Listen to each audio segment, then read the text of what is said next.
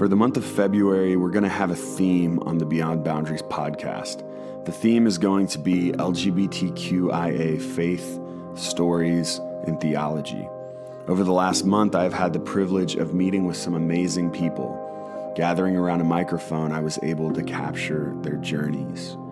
The stories are full of joy and hope, while some are full of sorrow and pain. This month is going to be raw and emotional for many of you. I know it was and is for me. My hope is that we can all grow in compassion, understanding, and love for the LGBTQIA community this month as we listen. I was blessed to sit down with Susan of FreedHearts.org and hear her story. She wrote a book titled Mom, I'm Gay. She supports, educates, and encourages parents who have children that come out to them. She primarily is working with parents who are in faith communities that are struggling with how to respond to their LGBTQIA children. Here's my interview with Susan Cottrell. I'm here with Susan Cottrell, and she is with FreedHearts. Is it FreedHearts.org? Org, okay. Yes. And do you want to tell people a little bit about yourself? Sure. Yeah. Well, I'm a mom of 5 kids. My husband, Rob, and I were in the church for some 20 years. Mm. And then our oldest daughter came out as queer and changed everything. Yeah, and we're here at Q Conference right now, and you have a booth set up. We're actually right by the booth right now. That's why you hear all the noise in the background. Yes. And it's so great. You're giving out pins for parents that are here that say free mom hugs and free dad hugs. And like just I just sense there's a lot of love coming from your guys' booth. Not that that's not from every booth, but like your booth is the like mom and dad booth. Yeah, I really we're like love the it. mom and dad for all these kids that are all the way up adults, to, adults, 50s even. Yeah. It's just what we do. So you operate in a space where you must be aware of some pretty heartbreaking stories. Yes. And at the same time, you get to see glimpses of like what hope looks like and what like a second chance looks like and what freedom looks like. And so speak a little bit about that intersection, because that's a hard place to live in. As a pastor, I feel like sometimes I live there, but like you're really in a unique place, I would say. And I want people to kind of know a little bit about your heart and your mission and what keeps you going in that place. Well, we deal a lot with faith parents, because that's where so much of the resistance is, so much of the fear is there. And when a child comes out as LGBTQ, then the parents are thrown for a loop when they've been in a system that says it's a sin and it's wrong and you can't accept it. And it's a deep conditioning in that system. So they're not at all ready to hear that their child is queer. If a church system thinks that being gay is wrong, then they're going to teach against it. And then you don't anticipate that your child will be gay. And then when your child, in fact, is gay, suddenly you wonder what happened. What did you do wrong? And you're afraid for them. And all of these things kick into place. I had a close friend who is now a close friend, but at the time she didn't know me. She reached out to me. But her son, she was told by her pastor that he was going to hell for being gay, and that if she accepted him, she would go to hell. Oh, wow. Now, that's a very problematic theology at a very deep level. Yeah. You don't hear anything like that from Jesus. You just support somebody. You love somebody, and then you're going to hell. That makes no sense. But she was afraid because that's the deep conditioning.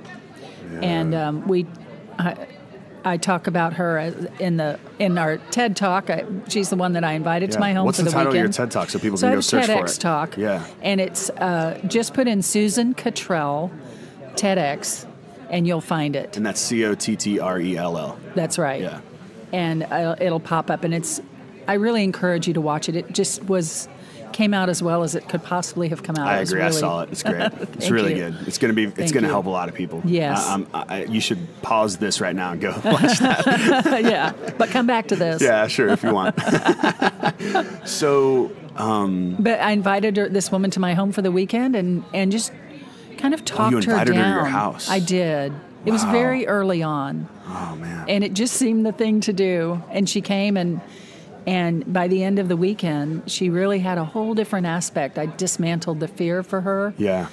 And, she knew she'd have to go home and talk to her husband and get that sorted out. Oh, yeah. But that's her son. That's her son. And she already was supporting him. But at fear of going to hell, that's a terrible stick to use against people. I always say it's easy to hold a theology until it affects you personally. Yes. And I think that's what this is, especially when I have 3 kids, 9-year-old, 7-year-old, and a 4-year-old. And as a youth pastor, as I started seeing my students and having students come out to me, and wrestling with a very conservative theology that I was handed, a very black and white, theology, I had to begin to almost see those students as my kids. Yes. And wow, what would I want my kids' youth pastor to say to them? Exactly.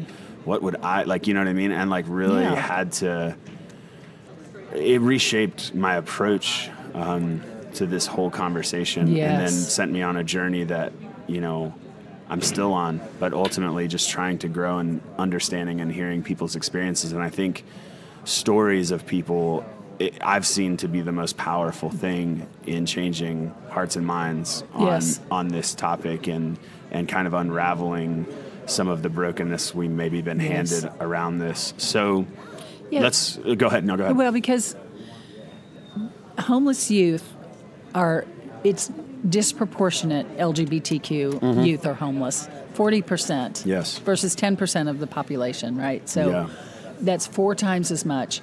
And 25% of those became homeless, meaning their parents kicked them out. Yep. The same day they came out to their parents. Yeah. Now that's problematic. If I get an email that's a little tough, I'll probably put it away for a day. I'll give it a day, maybe 2, maybe a week. Before I answer it. So your child comes out to you, and you kick them out that day. What that says is you were preconditioned, deeply preconditioned against this community to such an extent that you would throw your child away because of it. That's some deep conditioning of fear and loathing. Yeah, it's not the gospel. It's not just the gospel. Not. How's that good news? Right. And who's that for good anybody. News for? Right. It's not even good news for the person doing the kicking out, even in their self-righteousness. It's there's just so much. It's shattering families. That's not the gospel. Yeah. We never see Jesus doing that. Yeah. Or instructing us to do that ever. So you've encountered some people who have maybe either done that or been the victim of that reality, I would assume, right? Yes, I haven't talked to the parents who've kicked out for the most part, unless they've come back around because they don't want any part of hearing that maybe they were wrong. Yeah. But the kids, made a mistake. But I hear from the kids all the time. And one gal, she wrote, well, this is the part where my parents kicked me out because I'm gay. And just the tragedy in that whole scenario of being kicked out. And if it's not physically kicked out of your home, maybe they're already out of the home, but the relationship has been dissolved. That's a shattering thing to do. Yeah. And the fallout is just horrific. And I hear from them all the time. Let me tell you, this community is the most wonderful, loving, giving, kind community. I come to this conference every year, or I have for the past 6 years, and it's like a love fest around here. Everybody is so kind and loving and polite and generous. And I was talking with Allie the other day. I just said, I've been to a lot of conferences as a pastor. I've been a pastor my whole life. Yeah. I'm 34, and so I've been to conferences every year. And I go, there's just a different kind of joy here. Yes, and I go, and joy is fruit of the Spirit. The Spirit is here just in the joy of everyone gathering and talking and being present. I don't know. And there's no fear. There's no fear. Yeah, They're just free to love and love each other as human beings without fear of somehow accepting somebody they shouldn't. Where did that come from? Yeah. It came from people. It didn't come from Let's talk God. about where that came from. So you grew up in that, right? Or I did not grow didn't up in grow a up in that, church. but you I came did into not. that as an adult then? As an adult, yes. Tell me how you came into evangelicalism as an adult or into the church. We had no church background, neither one of us. But, after we got married, I don't know, a year or two later, we had some issues from the outside that were struggling. We had to struggle with financial and other things like that. And it drove us, to searching out God. And we did, and we had a really meaningful encounter with God through Jesus. That's a real thing. Yeah. And it affected both of us profoundly, and we got involved in a church that was very good, and we really loved it in every way. Typical evangelical church, kind of like Yes, community typical, type church? not typical, actually better than typical. It was really beyond legalism. It was really a good church. But our kids were little, so our daughter had not come out yet. And so we didn't know this issue, and this issue wasn't blown up the way it has gotten to. Where are we at in history at this point? Like in the 80s. That 80s? Was like, well, Okay. it was 90. It was actually 90s. 1990. Okay. Yeah. And anyway, we loved the place. And when we'd move, we'd go to different churches, so there would be, we had different church experiences. But we were in the church for 20 years. Yeah. And by and large, it was a very good experience. But near the end of our 20-year stint, I kind of began to notice that when there are real problems, when people really have some marriage issues, or when people have a child on drugs, or various things, there's not a lot of meat in the church that's really helpful. There's kind of a sense of, well, if you would pray more or go to Bible study more, then things will be good. Yeah. But that's not really real. And so the bloom was already off the rose to a large degree. Wow. So by the time Annie came out, that was a game changer. And I shared in my TED Talk that I shared with a few friends around me, the closest friends I had at church, these women that I had Bible study with every week. I told them about Annie, and their response was, "It's a sin and you can't accept it." What? What does that even mean? Actually, it's my daughter, and what do you mean not accept it? This is an integral part of who she is. How can I not accept that? How can I not accept her? And we left the church. Now, I didn't leave God. In that moment, I had some reconstructing to do, and I had to let things dismantle. Yeah. And the conditioning that I'd had in that church had to fall apart. And that's a scary thing for people. And I've heard, 1,000 times from parents, they'd say my immediate thought was, if I'm wrong about LGBTQ, what else am I wrong about? And that's a real fear because, the church has taught us wrongly on this.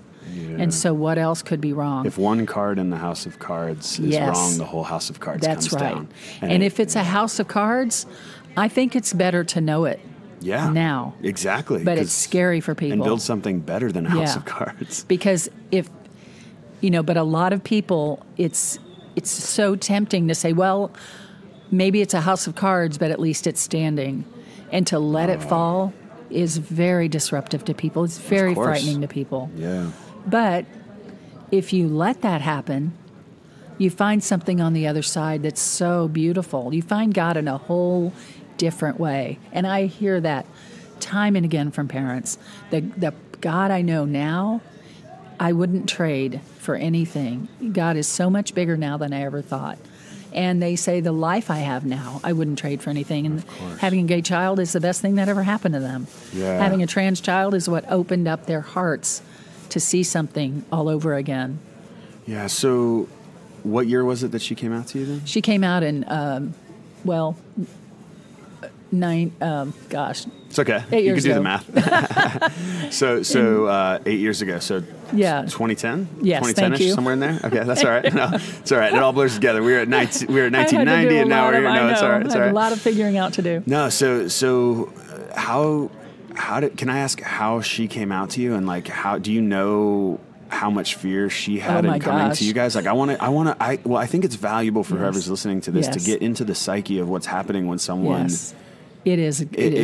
I think as someone who's had students come out to me, and even someone who's been some of the first people that they've told, like the terror that exists in that place, that I don't think people recognize, that the closet that we talk about very flippantly is a closet of so much fear when that door even just barely cracks open, of what you might be met with on the other side. Yes. Can you explain a little bit of that in Yes. your personal experience with your daughter? One gay man said to me, yeah, we think of a closet like with fun boots and frilly hats, but it's not. It's not that. It's not fun. Yeah. She called me from college, and she said, Mom, I have something to tell you. I'm attracted to girls. I've prayed about it. I've tried to resist it, but it won't go away. And it was, I remember being so deeply present in that moment with her that I felt that she was honoring me with this truth about herself that was very intimate and very profound. And I only really learned later that she was terrified. I didn't realize that. We did a video for The Advocate, which is on our website. You can find the TED Talk and this video on my website. And that's freedhearts.org. But I do a video with her, and it's really tender and really neat, cool to watch. But she says there, I was terrified, and that was the moment I realized how terrified she was to come out, because the entire worldview we had was against being gay. And so she was afraid, and she asked me later, we kind of had to work through what does this look like, and she asked me later, even after we completely accepted her, which was immediate, we never left her, but she said, are you sure you and Dad won't change your minds and reject me even later? Oh, wow. And I thought, oh my gosh, honey, you're our girl. No way, ever. But why are you asking? Because we'd never given her an indication. She said, because I've seen it so many times. And she told me about friends, one gal whose mother threw her down the stairs and threw dishes at her. Wow. And, just other friends who they're just rejected out of hand in the moment. Or and others who will never have a relationship like they've had with their parents up to that point. Like, it's all just awkwardness and judgment, and you still get to come to Thanksgiving dinner, but it's not what it used to be. It's not the same. And there's not an openness for like family relationship that used to be there. Yes, because of this teaching of contempt against this community, the people in churches that teach that, which is, non-acceptance of LGBTQ people. Churches that teach that, those people are deeply conditioned to have a knee-jerk gag reflex about people in that community. And so when it's your child, suddenly you have that gag reflex to your child. Now, how could that possibly be a good thing? Yeah. It's not, it's not prayerful, it's not loving, it's not self-sacrificial. To throw your child away, to throw the relationship away, or even to say, you can come at Christmas but not your partner. Well, then I'm not welcome as I am. If my partner can't come, I'm not welcome. Yeah, so you have this conversation with your daughter on the phone. Yes. I'm going to ask a question. Is there anything you regret about that conversation? Well, or regret about the following conversations? I'm just curious, because I know a lot of, and what I would ask also as a follow-up to that, as you go down that, what would you say to parents who do have regret? Yeah. Okay, that's a good question too. So, I remember the glowing parts. We kind of do that in our minds. We remember the best parts. Of course. But she presented it as, I'm resisting it. And I said, I will help you. Keep resisting it. I'll help you. How can I help? And we had a friend who does some counseling that we said, we're happy for you to go see her. And she said, okay. And she came back, and I thought from her, I didn't hear anything negative from her response. I thought, okay, that went okay. And later she said, oh, Mom, it was awful. I went in there and I could clearly see she was a lesbian, in denial about being a lesbian. And, and she said to me, don't claim this as your identity, because it'll become your identity. And it was the total wrong counsel. As for me, I thought maybe she could resist it. And I encouraged her in resisting it. And I regret that because it was not fair to her and not authentic. And a parent's response, I would say a parent's response, if you can do the work beforehand, that this community exists and your children may actually turn out to be bisexual or trans or something, then you can precondition yourself toward acceptance. So when your child comes out, you're able to be fully present and to accept them exactly as they are. I mean, she knew we loved her and continue to love her and was at no risk for the relationship. But when you can say, thank you for telling me, I'm here for you, absolutely, I accept you exactly the way you are, do that. That's so helpful because they need to know they did the right thing to tell you. They need to know you're safe. They need to know you'll never throw them out. Those things are really important. So your second question. Go ahead. The second question. So about, what about people whose kids have already come out and they maybe regret some of what they did? The thing is that we don't know what we don't know. And when we know better, we do better. Yeah. And I think every parent on planet Earth who has any self-awareness can look back over their parenting years and say, oh my gosh, I wish I'd known then what I know now. I should never have done so-and-so. That's a universal regret. Let's all just breathe a cleansing breath and say, I'm sorry for all that. But so to go back to your child and say, I apologize for my mistakes. If you want to list any that are plaguing you, do that. And then say, will you forgive me? And be fully loving and accepting to them.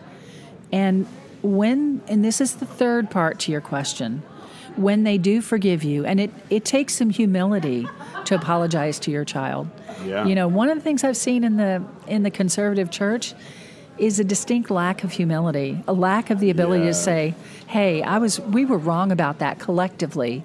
We were wrong about that. Many of them are just coming to the point of that on issues of racism. Yes, where they're finally admitting, we're talking way back. We're talking back to the 60s. And we're like, how are we just having that? 60 years later we're doing that? This is the humility is that I think is a perfect microcosm of saying, this is an example of how we lack humility. Yes. Yeah. And the ability to say we were wrong. Yeah. That's a key to repentance, to being a new creation, is to say, I was wrong. I didn't know better.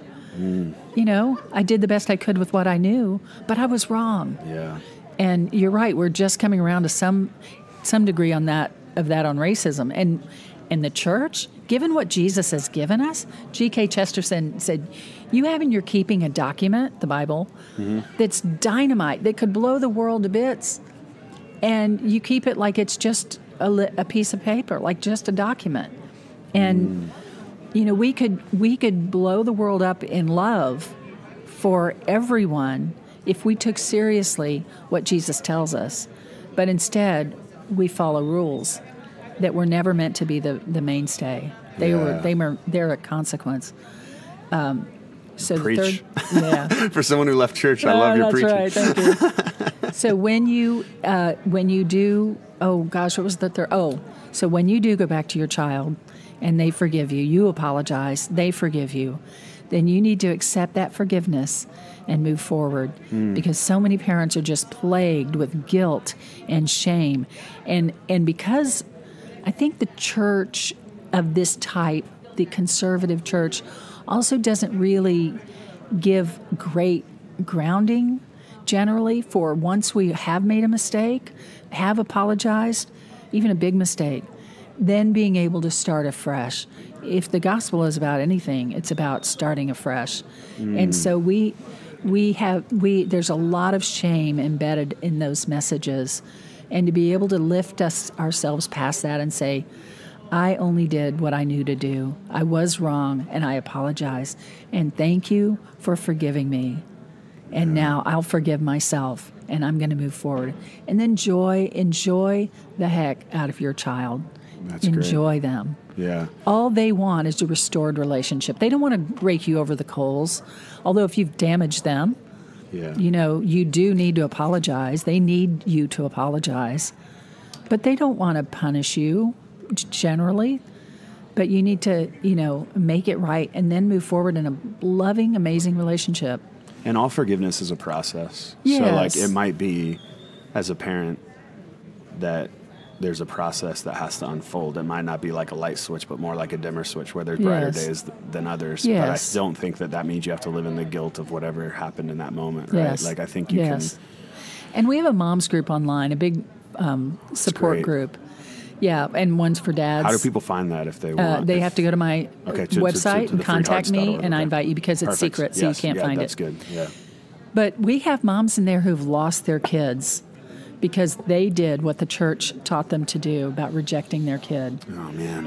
And they've kids who have committed suicide, who have became risky, in their behavior, and so they've OD'd on drugs. And it's a tragic story. And there's a ton of grief. I can't imagine overcoming the grief of that, although that's the good thing if you can do that, when you can do that. But what I'm saying is, don't allow yourself to get anywhere close to that risk. You don't know how risky it is. Your reaction can be to these kids when your parents reject you. It throws you into a different state, and it's very risky for kids. They're at high risk with all the rhetoric against them in the world. So please do not let them get one iota closer. Yeah, you're already in a vulnerable state as you're coming out of the closet to somebody, and then that isolation of being othered by your parents is just compounded in the state that you're already in. That's right. Yeah. There's a stat about transgender youth, transgender women, especially males transitioning to females, are at highest risk of suicide. And without parental support, transgender youth have a 57% suicide attempt rate. Oh my gosh. 57%, more than half. But when they have parental support, that number goes down to 4%. 4%. Wow. That's the power of a parent's love. So half of transgender youth, suicide ideation, suicide attempts without parental support, almost none, 4% with parental support. That's immeasurable. I mean, that's incalculable in our minds, how big that is. And I guess 4% is pretty close to the population of just a normal teenager. That's right. That's exactly what it is. So you're pretty much bringing them back to baseline. That's right. Wow. That's right. You're removing their risk category just by accepting them. Man. Isn't that profound? It's profound. So when you say that, it makes me think, okay, I have 3 young children, and I know tons of young families, young parents who are going to listen to this podcast. What's the best thing that we can do to start preparing ourselves? What are some key resources, or just even like, what happens if we're just in the middle of a busy day and then we just get sideswiped with this conversation? Like, how do we, like, what should we start even rehearsing in our head maybe to prepare for that moment if it were to be something that we happen to experience? Well, the first thing I would say is you have to recondition yourself. Yeah. If you have been in a non-affirming church, and I mean a church that doesn't have LGBTQ people leading, okay, not just, no, sure, we have gay people here. No, if they're not in leadership, or, if there's all kinds of boundaries around where they can boundaries around what they can do, then that's not affirming, fully affirming. So if you're in a church like that, you have conditioning around you. Or if you have been in this culture for more than 40 years, you have this conditioning around you. So start to decondition and recondition yourselves. Read stories. Get to know LGBTQ people. Go to PFLAG meetings. Look on our website and find resources we have. And read testimonies. I read Justin Lee's Torn, T-O-R-N, Torn. Book. And it was right after Annie came out. And it gave me all the understanding that, ex-gay doesn't work. Trying to resist doesn't work. All the things the church wants to benevolently offer doesn't work. And so when you get to know the story, then you understand things better. And then you're prepared for whatever may come. And the second thing I would say is try to make yourself shock proof. I had a friend of my friend's daughter said, Mrs. Cottrell is impossible to shock. And it was kind of true that you can tell me things and it just doesn't shock me because I know what's out there, and I know I didn't live in that bubble. I didn't grow up in it. Mm-hmm. And so to get yourself outside that bubble and not be shocked by your child when you find a joint in their room or whatever it is. Yeah, because this goes beyond that idea. I think even goes beyond this conversation, in that there's value in not being shocked. Even as a youth pastor, I found a lot of value in that when kids would come to me with things, because I think it elevated an opportunity for them to see someone who could be gracious with them, even in their biggest failing or in their most shameful moment, or you know what I'm saying? Like I do. By me not being so shocked by it, that I'm like, I can't because even look when at you you're the same shocked, now. that's right. Guess what? They're not sharing the next thing with you. Yes, I'll tell you that. There was a pedophile in our neighborhood, and I told my stepmother, I had a stepmother, about him, and that I thought he was a pedophile. And she said, oh, he doesn't have designs on you. Now, that is, I can't even begin to dismantle how dismissive, demeaning that was to say. And I'll tell you what, I didn't tell her anything else. That other stuff that really I knew was happening, I didn't tell her because she wasn't safe. You want to be a safe person. That's the shock-proof part. Is a safe person is shock-proof. Yeah. I'll tell you what, I have 5 kids, and if there's anything that ever happens to any one of them, I want to be the first one, my husband and me, that they can tell. Absolutely. I do not want to be in any way unsafe for them. Yeah. And I feel like we have that relationship. So like even right now, you want that with your kids. If you've got a toddler or a baby, like how are you developing along the span of their life, and setting yourself up as a safe person to come to with stuff? And that is that shock-proof reality, because if you are shocked, or if you respond knee-jerk with like frustration, or and not that you can't be frustrated with your kids, like you're going to be frustrated with your kids, but I think considering how they might be receiving that, because parents are going to get frustrated with their kids. That's part of raising kids. I don't think that's something you can avoid, but like how you then open dialogue and conversation beyond that to actually talk through and remind them that they're part of the family, that like their identity. We say something in our house all the time, like Douglases are different. And so like we're always reminding like how they're part of the family identity, and like so like whatever happens we talk about, like we attach it back to this thing that hopefully links it back to like their identity as part of who we are. And like so everybody in my class has an iPhone and I'm 9 years old. Well, you don't. Douglases are different. That might be one conversation. That's one way. But then there's other ways we can use it too. And like Douglases are different. Dad needs to apologize to you. A lot of daddies don't apologize, but daddy really messed up earlier. And like and like so we're even modeling humility and modeling it as a different way, a better way. Does that make sense? And so like finding ways to do that with your kids I think is helpful too, because you're actually, I think, building a different neuro pathway of like, this is different. Maybe this isn't the norm, but that's okay, because this is better than the norm. You don't live in the norm maybe like everyone else. Like, because a lot of norm in parenting is shaming. Yeah. We think we'll bring about desired result by shaming the current behavior, but you don't. You just end up with a shamed child, and that is devastating. Shame is at the root of all of our issues, I think, fear and shame. And shame tells you something is wrong with you. Guilt is, I did something wrong. I should apologize for that. But shame says there's something wrong with you. And if there's something wrong with me, what hope do I have? If God doesn't love me because I'm gay, what hope do I have? That's another form of shame. So if I'm a gay person or a trans person or a bisexual person, lesbian, considering coming out to my parents, and I'm listening to this podcast and I don't know if it's safe, I don't know what to expect, I have no clue. What do you say to those people?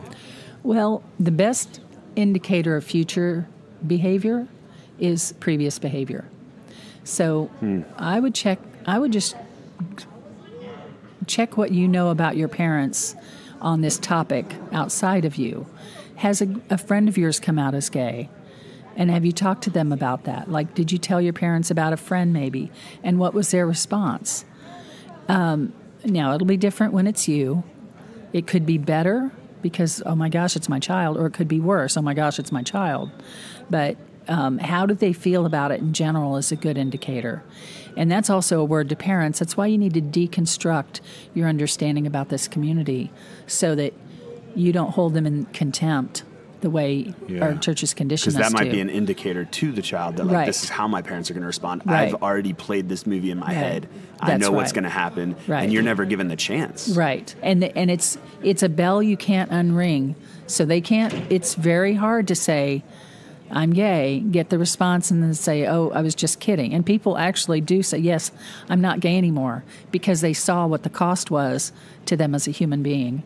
So it goes back to being a safe person and not a shaming person. But if you're LGBT, I mean, we have some resources on the website. I have a video I did for The Advocate you can find on the website about how to come out to your parents. And I go into greater length there, 10 top things to do or something. But I can't tell you if your parents will be safe or not. And I can't tell you if it would be better to come out or not. Some parents, when their kids come out, they are devastated that their kids struggled for 10 years before coming out. They are devastated that they didn't know. But they understand that child didn't know if they would be safe. Other parents devastate the child when they come out. They throw them out. So you don't know which way it'll go. That's really the truth, unless the parents have really indicated. I had a gal write, and she said, I'm afraid to come out to my parents, but they've been saying how they're okay with this community. They think it's fine, and if we ever have anything to say, that's fine or something. And I'm still afraid. And I said I have a feeling they may know, and they're trying to open up a safe space for you. Yeah. To say that. If you're a parent saying that and you mean it, then that's a good indication, that we love LGBT, and that's fine. And if you're that's great with us. Is there value in telling my kids that? Yes. Just telling my kids, like, as we begin to have conversations about sexuality. Yeah. Normalizing it in your home. How would you go about that as a parent? Like, what would be a script you might use if you were talking to a 12-year-old who you're beginning to have conversations about sex with, that you would hopefully normalize that? Yeah, we all talk about, when people get married and people have kids and whatever, and you just include in the conversation. Most people, a man marries a woman, man and woman get married, but also two men get married, and also two women get married, and it's just different ways to have family. Yeah. And that's normalizing. That's just saying, yep, that's part of the norm. Yep. There's fewer of them compared to the man and woman, but they're part of the norm. That's all included. There are fewer redheads too, but that's part of the norm. We don't freak out when somebody's redheaded. So, and left-handed, and just all the ways we can be different. Left-handed. And I was past the period when I would have had to use my other hand, but I could write with my left hand in school. But not too long ago, you couldn't. You'd get smacked for using your left hand. In some cultures, it's still seen as like a disgrace. Yeah. And what about, if you're a parent, I recommend going to watch Guess Who's Coming to Dinner with Spencer Tracy and Katharine Hepburn. And it's about when their daughter brings home Sidney Poitier, a black man, as her fiancé. It is... Just replace it with she brought home a woman. Okay. And it's a beautiful story, beautiful way to look at that. Wow. But you've got to normalize it for yourself, and then you're able to normalize it in your home when you do that. You see what I mean? No, of course. That's really good. And I think I would also say one of the things that I'm beginning to intentionally do is invite my children into my relationships with LGBT people. Yes. So I have relationships with LGBT people, which I think the first step would be, as a parent, hopefully you have some of those relationships and can begin to invest in those relationships, and not purely in a transactional way of like, I need to know about this, so I better be your friend. A little bit like in a way of like desiring to know their experience, know their story, and hopefully support them and care for them even in that journey, and build a relationship and a bond. But then also like not insulating your children from that friendship. Like, does that make sense? So yes. like, what does it look like for your children, not to just hear you say, That's right. that a man and a man get married or a woman and a woman get married, but actually to invite the neighbor couple, the lesbians down the street over for dinner. Exactly, yeah, because that to me, our actions often speak so much louder than our words. That's obviously something we're aware of, but I think in a child's mind, it makes it far more normal when they see it. And it is normal. Yeah. The gay men down the street, they get up and have coffee with their breakfast just like we do. Yeah. And they read the paper and they do their Facebook just like we do. Yeah. And it is normal, and we have to normalize it for ourselves to be a humane society and for our kids, for them to be humane. So in 2000, you left church and you found God, which I think is great. I know. That's a great title. I like that. May already be one. I love that a lot of people I know have left church and found God. Yeah. Have you reconnected with the church at all on this side now? I'm just curious. But it's a very progressive church. Sure. It's a very deconstructed church. You're in Austin, you said? Yeah. Yeah. So there's a few of those out there. There are a few of those out there. And we love this one. It's only 100 people or something, and we just love the people in it. And it's great. The pastor's daughter is bisexual, so that kind of was a good There's open a door, there. Yeah. So you've been able to, not that you ever left the faith necessarily, but leaving church without leaving the faith. But I think But I did leave the faith some. I did have to let it all fall down. Yeah. And I had a little period there. I call it the time when God and I were not really on speaking terms. Yeah. It was I who was not speaking. God was still speaking. Because I went to seminary through all this. Because, really? Yes. Because I wanted the backing, the understanding more deeply. I already had been well trained, but I needed really deep training on this. Definitely. And so I took a class on Job and the problem of suffering, and we studied the Holocaust. And the pain when I read Elie Wiesel and other books about that, it was like suddenly I had questions that I had my pat answers as an evangelical just did not work. And so that's when I had about a year where I barely prayed to God. And one day I was at the kitchen doing dishes, which is where I have always liked to pray. I'm just, and I said, God, I miss you. And I could just feel God saying, why don't you set aside your questions about the Holocaust and just be with me without having to have those answers? And I said, I can do that. Embrace the mystery. Yeah, embrace the mystery. Okay, so I don't have answers to questions about the Holocaust, so now I'm not going to talk to God. Well, there are a lot of things we don't have the answers to, and that's okay. So anyway, we do, and lately we do have a vibrant relationship, and lately God has been very big on telling me that we're collaborating here. And the TED Talk was when God gave me that word, because I said, God, I need to be at my very best that day. I need you to bring it for me. And God said, collaborate. And it was, I knew that meant I had done all the work, all the prep, all that. And then I show up that day, and God would lift me into a place that I had not experienced before. And that's exactly what happened. Wow. And so everything now is collaborate and talk to God, listen to God's answers, because God will take me way higher, farther, bigger than I ever could go by myself. Sure.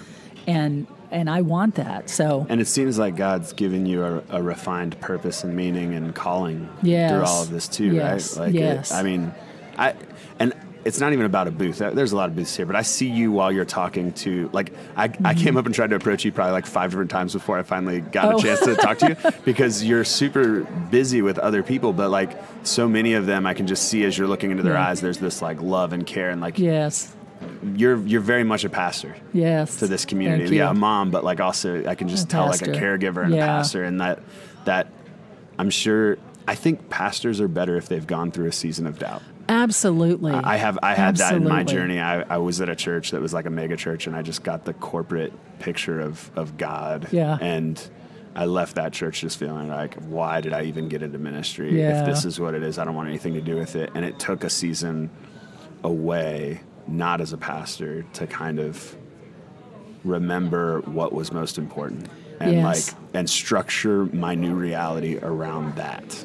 And we have our churches set up, our systems set up so that pastors can't even be authentic about that. They cannot be authentic about their struggle or say, I'm not believing in God right now.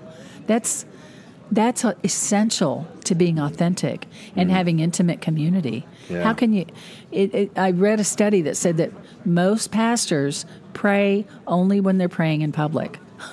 Okay, that's a real problem, because if you're, they'll tell a gay man to pray that he won't be gay anymore, but they don't even have the experience, the sustaining, ongoing experience of praying with God. Have they asked God if that's God's answer for that man? Not if they're not praying. You see what I mean? Yeah, no, I hear you. Yeah. So it's vital to be authentic with where we are. And sometimes we're not praying. We're not interested because we're hurt or afraid or something.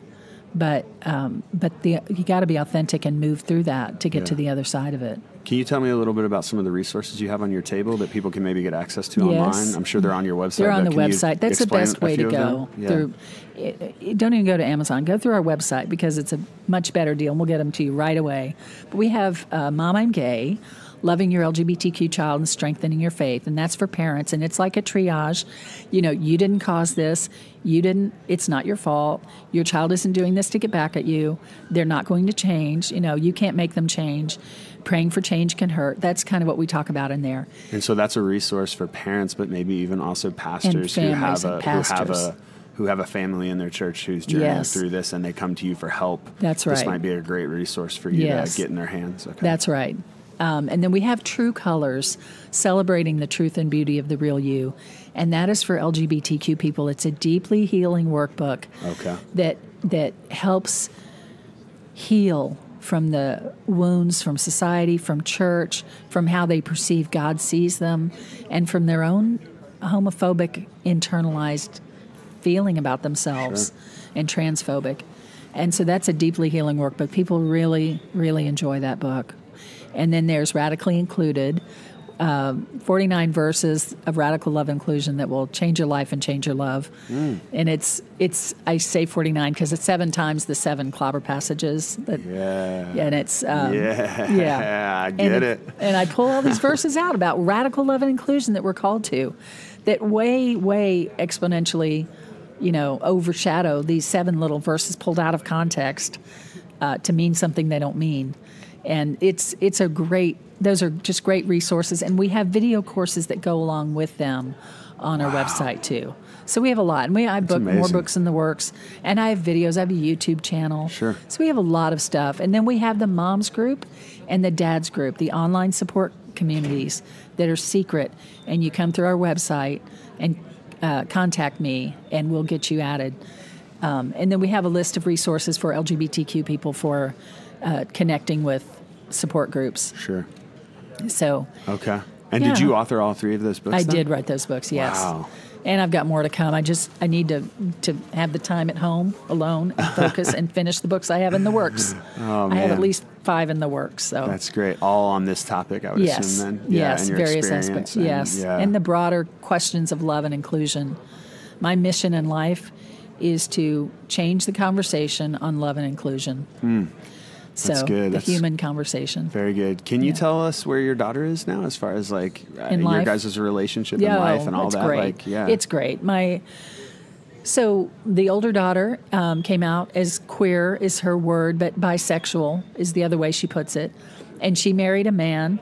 And so we all laugh about that she, pulled us all into this journey, and she's married to a man. But they're off center, and she'll say, we're both queer. We're queer. And that's it. And there's more to that. But that's her story. Sure.